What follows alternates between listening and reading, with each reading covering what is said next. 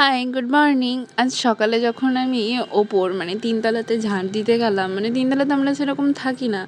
তো কিছু জিনিস দেখলাম, মানে তোমরাই দেখো, মানে প্রায় আমি জাস্ট সকালে একবার করে যাই অবশ্য, সারাদিনে যাই না তেমন, সকালেই যাই।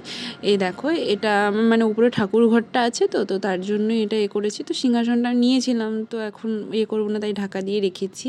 আর টাইলস বসানো আছে এরা সামনে রাস্তার দিক। তো ৩ তলাতে তো আমার উঠেছি, এত ধুলো পড়েছে, তো ভাবলাম ঝাঁট দিব একটু। তো দেখছি এনারা বসে আছে দুজনে।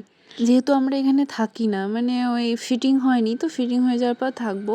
তো জাস্ট তোমার প্লাস্টার করা আছে, রংটার ওই এগুলো মানে জানালাতে কাজগুলো লাগিয়ে দিলেই হবে। তো দেখছি এনারা বাসা করে এখানে বসে আছে। তো জানি না কবে থেকে আছে, বাট আমি মাঝে মধ্যে দেখতে পাই, আগে দেখিনি, আজকে বেশ আওয়াজ করছিল, তার জন্য আমি গেলাম যে কী আছে। আর এত ধুলো পড়ে আছে না, রাস্তার ধারে পুরো ফাঁকা, মানে ডেলি ঝাঁট দিতে একটু সমস্যাই হয়। তো এই হয়তো সপ্তাহে 2 দিন কি 3 দিন এরকম ঝাঁট দিই।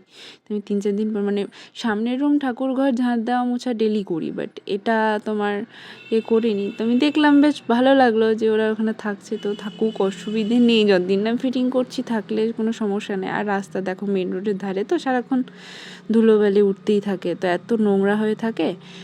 তো আর কি করব, ভালোই ওর একটা তো উড়ে চলে এলো আমাকে দেখে, ভিডিও করছি দেখে। ওরা নেক্সট দিন থাকছে, তো তোমাদেরকে দেখাবো। এখন বাই।